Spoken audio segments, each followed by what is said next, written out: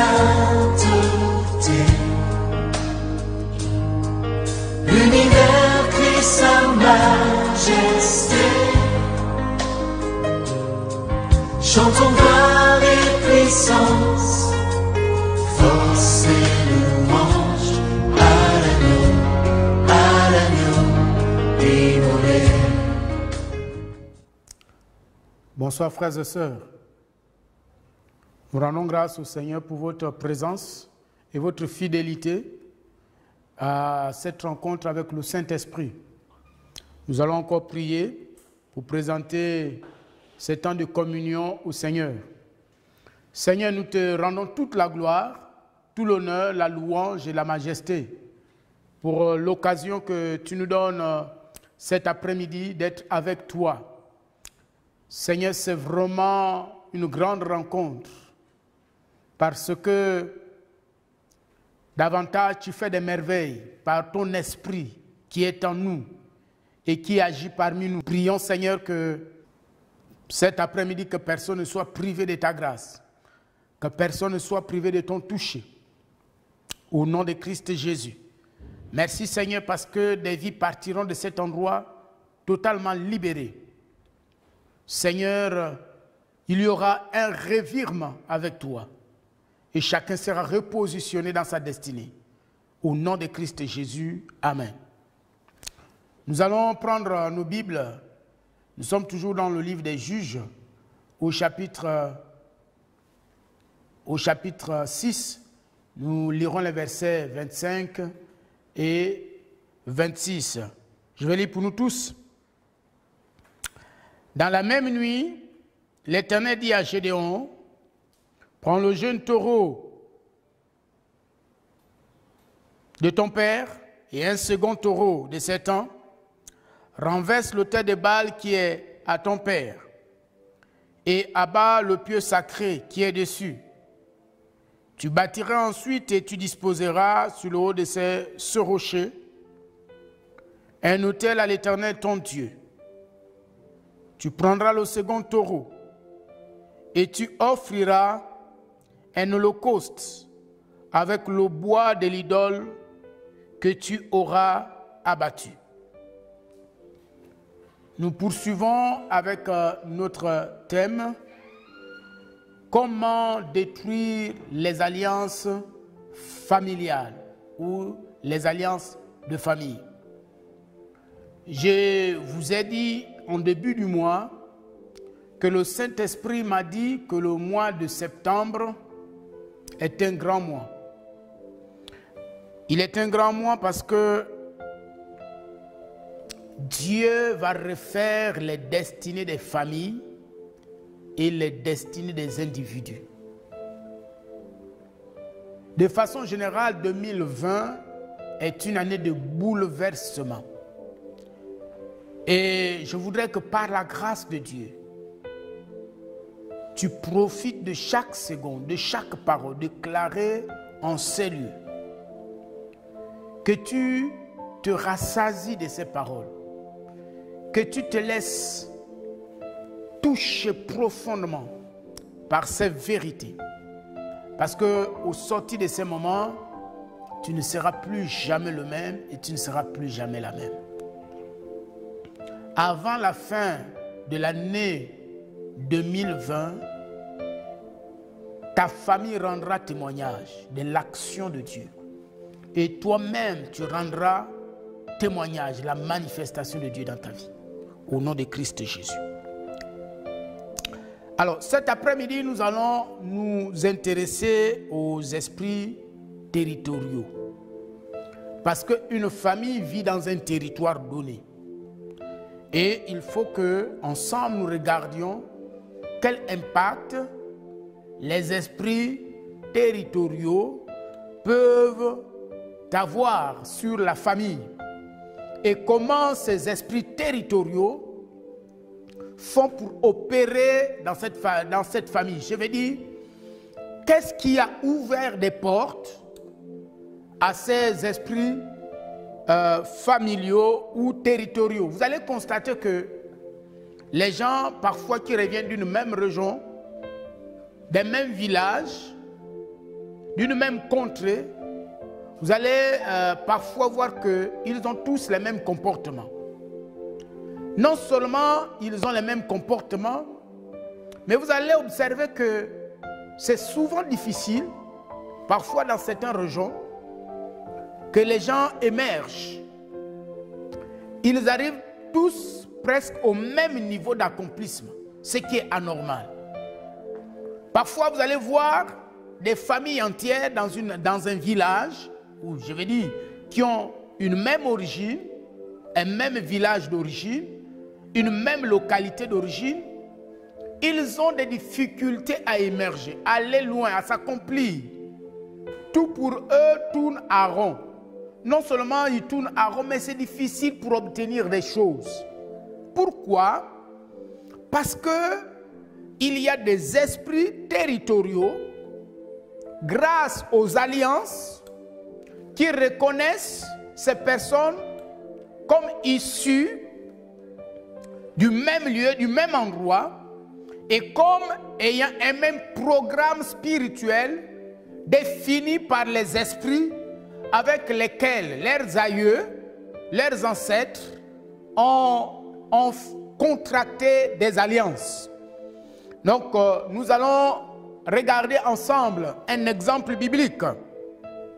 C'est chez l'homme de Dieu Abraham. Vous allez voir comment ces démons, cet esprit qui contrôlait le pays de Canaan, a eu un impact et a voulu empêcher l'accomplissement du plan de Dieu dans la vie d'Abraham et la descendance d'Abraham. Nous allons regarder cela dans Genèse 12, le verset 5. Genèse 12, 5.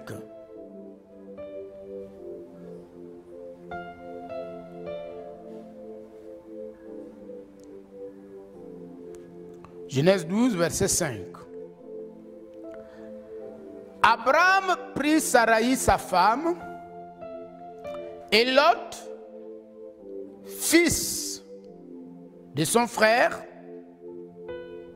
avec tous les biens qu'ils possédaient et les serviteurs qu'ils avaient acquis à Charan. Ils partirent pour aller dans le pays de Canaan. Et ils arrivèrent au pays de Canaan. Ce passage insiste sur le lieu, donc Canaan.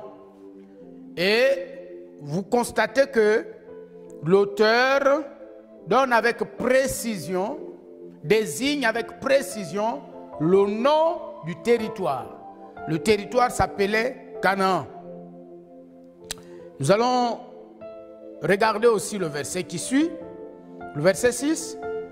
Abraham parcourut le pays jusqu'au lieu nommé Sichem, jusqu'aux chaînes de Mamré. Les Cananéens étaient alors dans le pays. On revient. Au verset plus haut, on nous a donné le nom du territoire. Et au verset 6, les habitants, que le pays était rempli de Cananéens. Alors, qu'est-ce que signifie Canaan? Canaan veut dire esclave des esclaves de ses frères. Et Canaan veut aussi dire bas. Ce qui est bas, ce qui est en bas. Bas. Mais pour comprendre le nom Canaan, il faut aller plus loin. Il faut aller en Genèse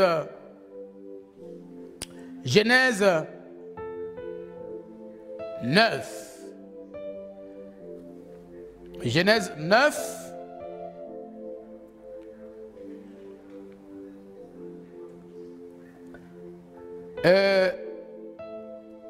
Noé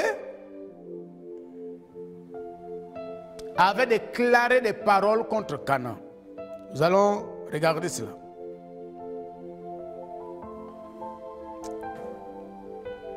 Cham, père de Canaan, vit la nudité de son père et il le transporta dehors à ses deux frères.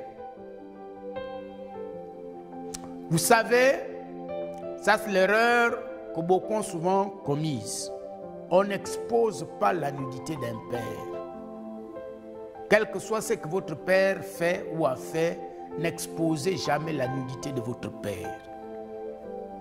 Qu'il soit un père biologique ou un père spirituel. Et c'est l'erreur que Cham avait commise ici. Au lieu d'aller couvrir la nudité de son père, il a plutôt trouvé du plaisir à se moquer de son père et à aller exposer la nudité de son père dehors. Regardez, la réaction de ses frères a été totalement différente de la sienne. Au verset 23, alors Sem et Japheth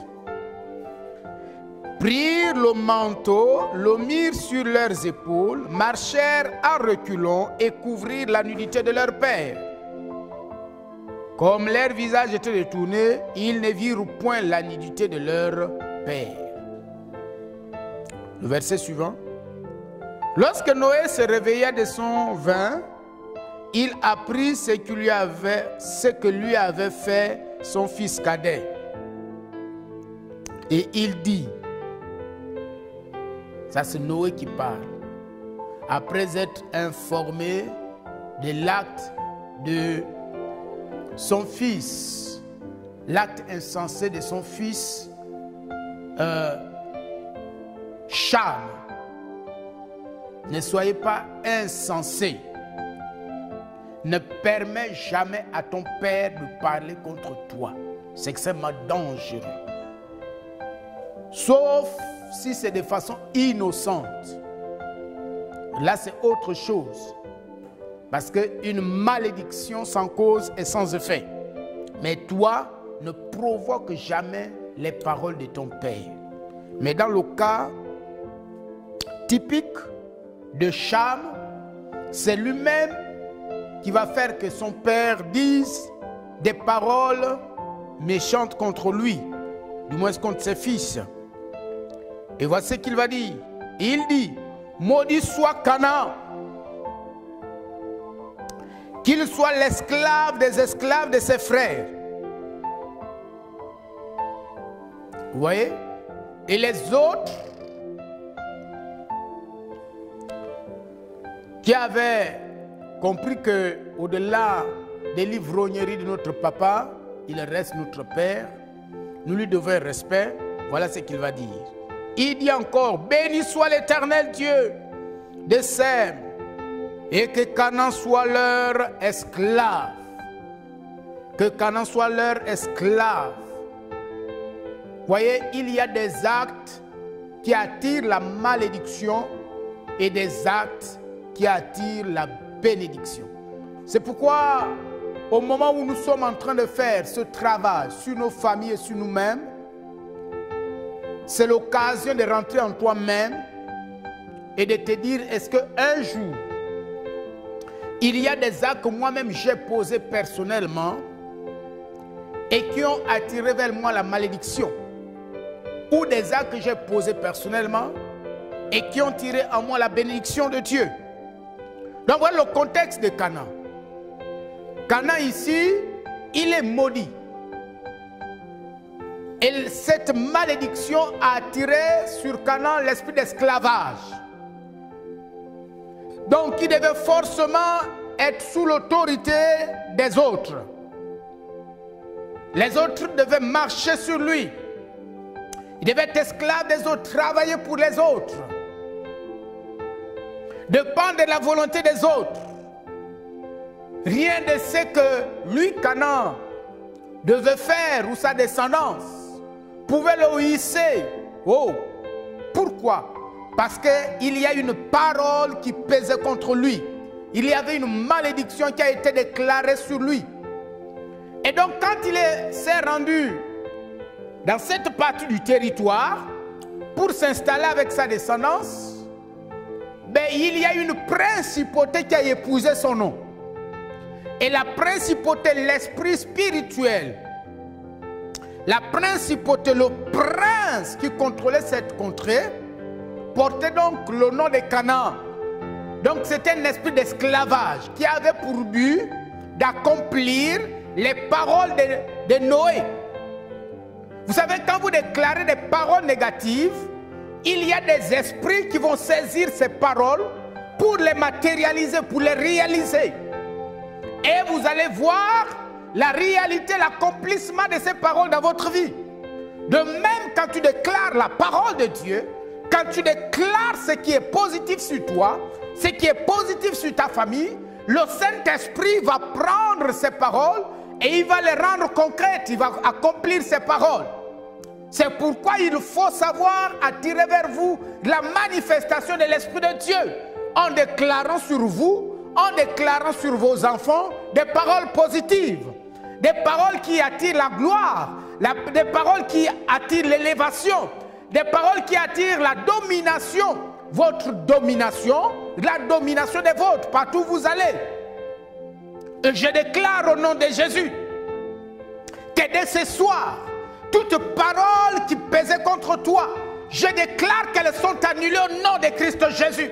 Désormais, par le Saint-Esprit, rien que ce qui est positif, rien que ce qui est honorable, rien que ce qui est digne de gloire, se manifestera dans ta vie au nom de Christ Jésus. Je déclare que ce mois de septembre, c'est un mois où tu vas aller de gloire en gloire, de victoire en victoire, de succès en succès avec ton Seigneur Jésus-Christ. Je déclare au nom de Jésus que ce mois de septembre, là où tu étais faible, là où tu n'arrivais pas à vivre la victoire, là où tu ne voyais pas la manifestation de la grâce de Dieu, je déclare au nom de Jésus que tu te lèves de là où tu es pour avancer. Tu te lèves de là où tu es pour avancer dans la direction de ta destinée prophétique, dans la direction du plan de Dieu pour ta vie. Au nom de Christ Jésus, au nom de Christ Jésus, je déclare qu'une porte nouvelle s'ouvre sur ta famille.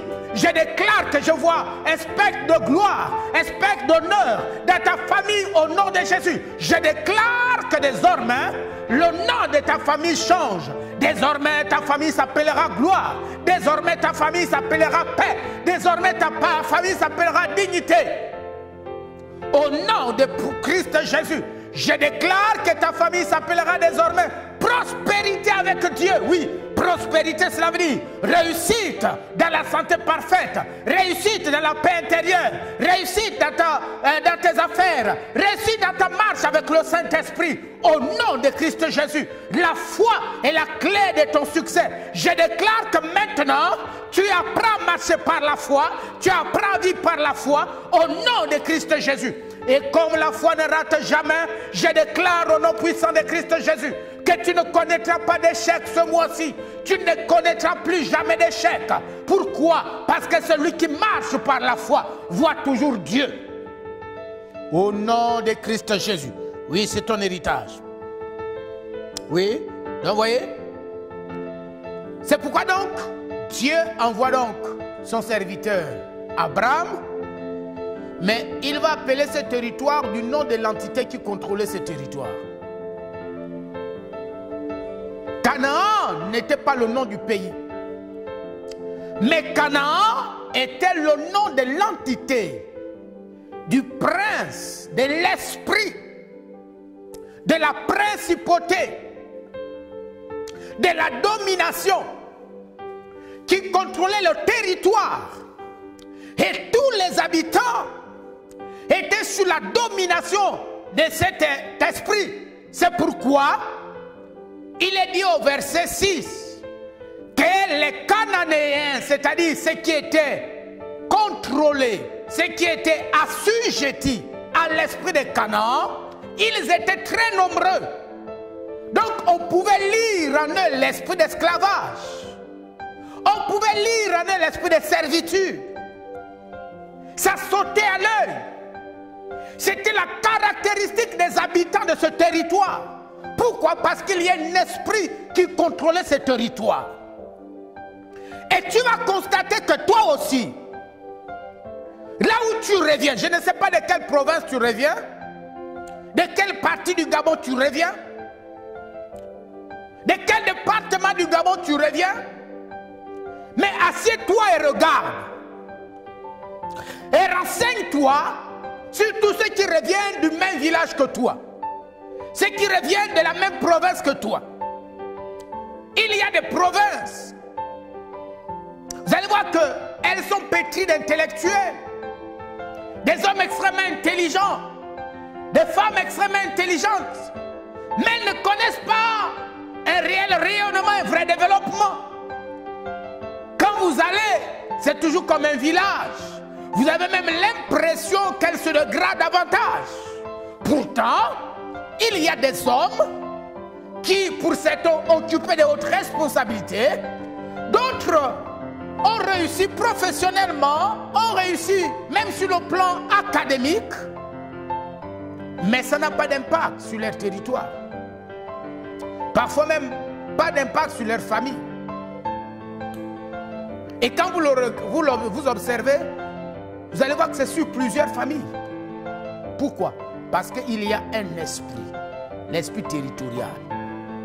L'esprit territorial qui contrôle les habitants. Qui contrôle les habitants. Alors, rapidement, nous allons voir comment ces esprits opèrent. Comment ils font pour entrer. Pour contrôler les habitants d'un village ou d'une région. La première chose, c'est pas le rite d'implantation du village ou le rite d'implantation de la ville. Qu'est-ce que je veux dire? Un village, on ne l'implante pas n'importe comment. Avec l'implantation d'un village, les notables, c'est-à-dire les dépositaires du pouvoir de la sorcellerie, ils vont s'unir mystiquement dans la nuit. Ils vont faire un voyage mystique au niveau du lieu où ils voudraient implanter leur village. Et là-bas, ils vont faire des rites de consécration du village. Ils vont sacrifier peut-être un pygmée. En tout cas, ils vont donner un sacrifice humain. Mais eux, quand ils vont au nom de tous les habitants, c'est-à-dire les vivants qui sont là, qui vont habiter dans ce village, mais ils vont aussi au nom des enfants qui naîtront de ce village. Et ils vont parler donc, si le sacrifice qui est offert, c'est sous un arbre, au pied d'un arbre, ils vont parler à cet esprit, parce que cet esprit aura pour pouvoir de gérer le village, de protéger, de contrôler les habitants du village, de définir la destinée des habitants de ce village. C'est cet esprit qui va soit bloquer, soit libérer le rayonnement des gens de ce village. Le rayonnement dans le domaine où il voudrait que le village soit connu. Si c'est dans le domaine de la sorcellerie, le village sera reconnu comme un grand village de sorciers. Si c'est dans le domaine du pouvoir, le village sera reconnu comme des gens qui ont un pouvoir. Peut-être le pouvoir de parler ou ainsi de suite. Donc, ils vont définir au niveau de ce sacrifice d'alliance qu'ils vont offrir aux esprits. Que voilà, nous allons venir habiter ici. Sache que chaque habitant de ce village fait partie des tiens. Tu dois veiller sur nous. Tu dois veiller sur nos enfants. Nous irons à la chasse. Donne-nous la viande. Nous irons à la pêche. Donne-nous le poisson. Nous allons cultiver. Donne-nous les récoltes en abondance. Nous serons malades. Accorde-nous la santé. Nous serons en danger. Mais accorde-nous la protection. Nous serons en guerre contre d'autres esprits. Fait que nous ayons la victoire. À tout cas, veille sur nous. Voilà, ils vont consacrer le village. C'est pourquoi donc quand vous allez naître, vous naissez dans une alliance. Que tu aies connu cette alliance ou non, tu nais dans une alliance. L'esprit te reconnaît à travers cette alliance que tu es issu, et cette alliance va circuler dans ton sang, comme nous en avons parlé déjà un jour, ici sur ce plateau. Donc cette alliance va circuler dans ton sang. Par le cordon ombilical, ta mère va te communiquer tout le projet, tout le patrimoine spirituel du village, de ta descendance, de tes origines, de la base de votre famille. Parce que comme cordon ombilical. On va te communiquer cela. C'est pourquoi vous voyez, on prend le placenta. Le placenta à la naissance, on ne le jette pas, on va le planter à un endroit particulier. Pourquoi? Parce qu'il faut nourrir cet hôtel-là. Vous allez constater que quand les femmes naissaient, c'est aujourd'hui maintenant que les sages-femmes jettent. Mais parfois, il y a celles qui remettent à la dame qui vient d'accoucher pour que les parents fassent comme ils doivent faire, peut-être culturellement et autres, ainsi de suite. Pourquoi? Parce que le placenta là représente la vie de l'enfant et la vie de la mère. Et on va amener ça à un endroit bien spécifique pour déposer ça. Mais pourquoi on amène ça à un endroit spécifique? Parce qu'il y a derrière ça tout un système de croyances. Donc on va planter ça. Donc voilà le premier niveau de contrôle.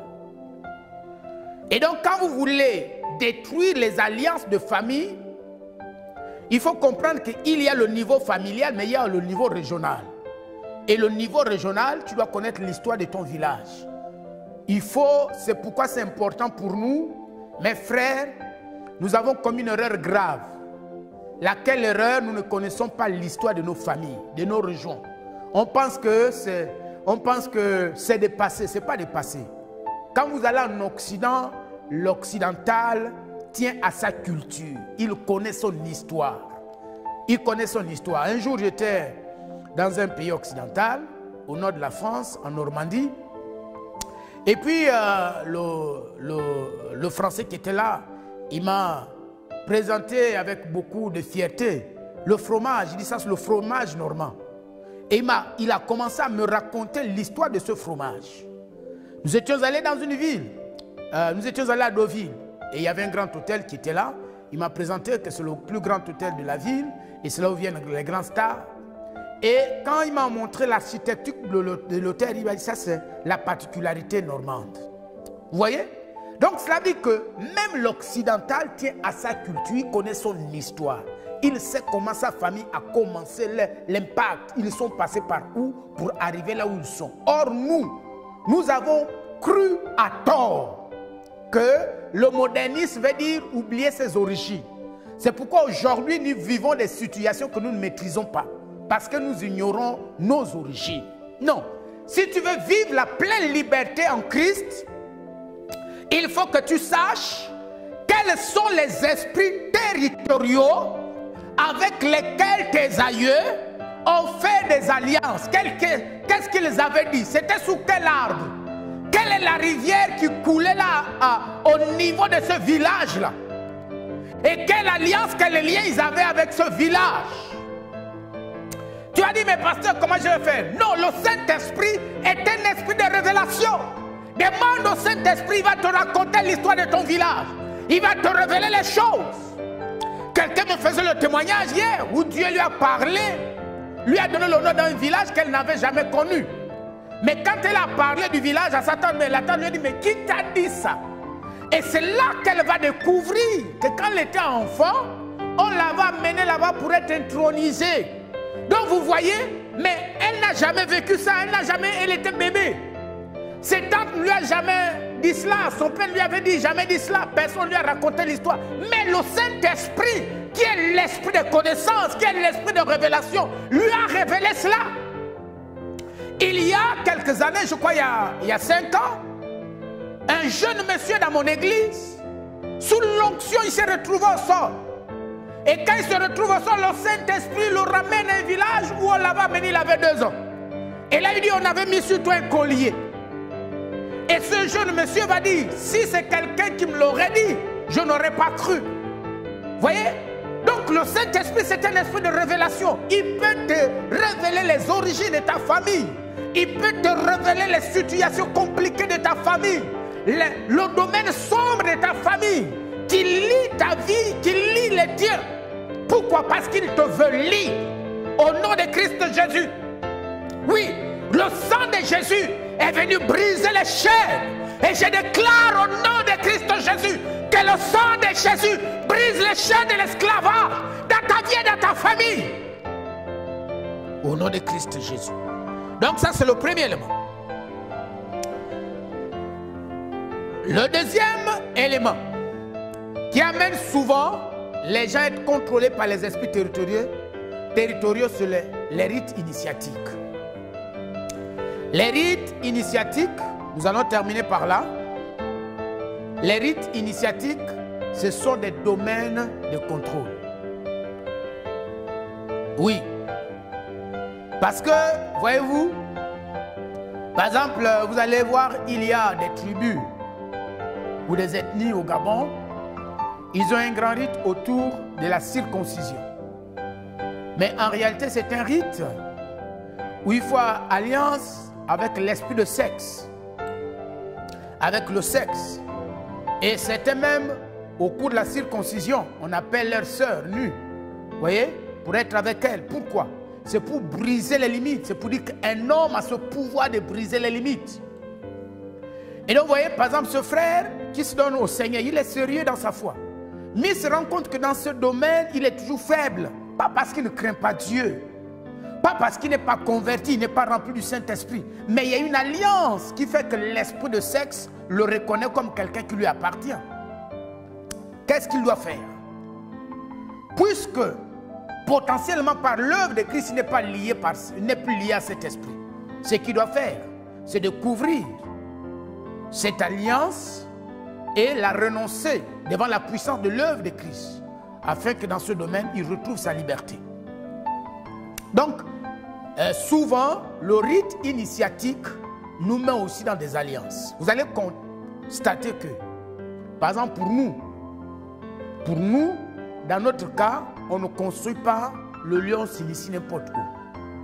Il y a des arbres bien précis, c'est sous un arbre. Et l'arbre là doit être au bord de l'eau. Pourquoi? Parce que le rite en lui-même, l'esprit, la légende, il y a un lien direct avec l'eau. Donc vous voyez, ça veut dire qu'il y a un lien direct avec les esprits des eaux, avec les sirènes des eaux, mais aussi avec les serpents. Et quand on s'initie, qu'est-ce qu'on va faire? On nous met des incisions. Donc ça veut dire que notre sang coule. Mais ce sang-là, quel est l'esprit avec lequel nous faisons alliance par notre sang? Et ça, tous les jeunes du village, en âge de transition, parce que ce sont des rites de transition, vous voyez, qui font de vous, entre guillemets, des hommes. Donc tous les jeunes, on va vous initier à ça. Donc vous faites alliance avec cet esprit. Et les jeunes femmes aussi vont faire aussi alliance avec un esprit. Et c'est toujours lié à l'eau. Et l'eau, c'est la sirène. Or, la sirène, c'est l'impurité. C'est l'impureté. La sirène, c'est l'impudicité. C'est pourquoi vous allez voir que l'impudicité est extrêmement avancée chez nous. Les gens préfèrent se livrer à l'impudicité au lieu de chercher un travail. Pour les femmes, par exemple, elle va seulement chercher à avoir un copain qui va s'occuper d'elle au lieu de chercher du travail. Et celui-là, c'est fini à chercher un autre. Pourquoi? Parce qu'il y a alliance avec des esprits d'impudicité. Comment ces esprits ont-ils fait pour contrôler nos familles? À travers les rites initiatiques. À travers les rites initiatiques. Pourquoi? Parce qu'il y a ton sang. Ton sang qui te met en relation avec ces esprits d'initiation. Et les sorciers, à travers ça, ils vont vous contrôler. Donc voilà les domaines. Et vous allez voir, pour terminer, dans le cas d'Abraham par exemple, comment s'est manifesté cet esprit de Canaan. Quand il est allé en Égypte, l'esprit de Canaan est rentré. Comment l'esprit de Canaan est rentré? Par Agar. Quand il revient de Canaan, il revient avec une esclave appelée Agar. Et cet esprit va attaquer le foyer d'Abraham. Abraham va faire un enfant avec elle. Comment l'esprit là va encore se manifester? C'est lors du sacrifice d'alliance. On va voir comment Abraham, au moment où il offrait le sacrifice, au lieu de couper les oiseaux, il a coupé seulement les autres animaux, mais il n'a pas coupé les oiseaux.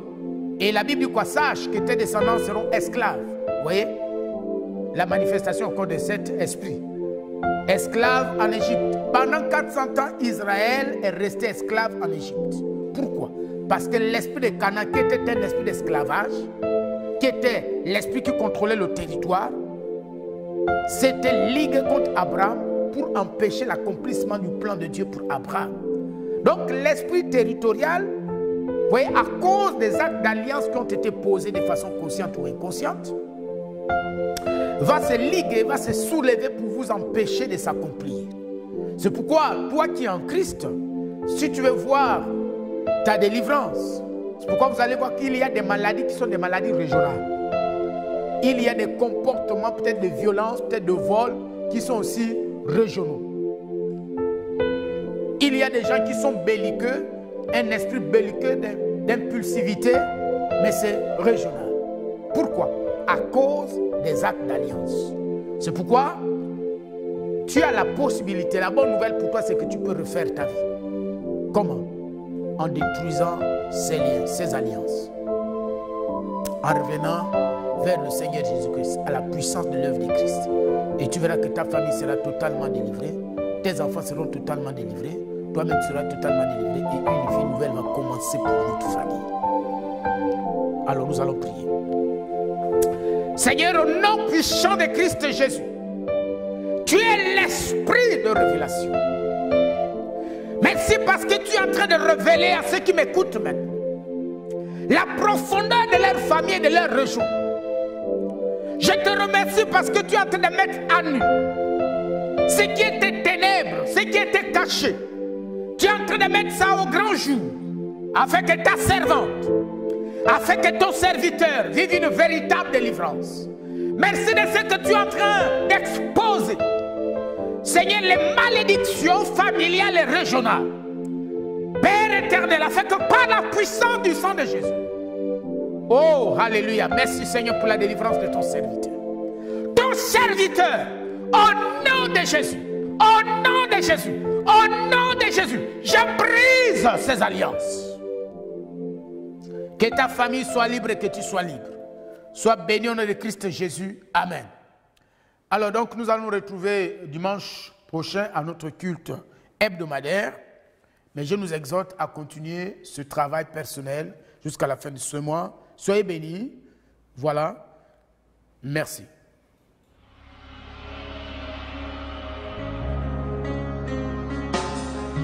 Tous les anges de sa sainteté, l'univers crie sa majesté. Chantons gloire et puissance, force et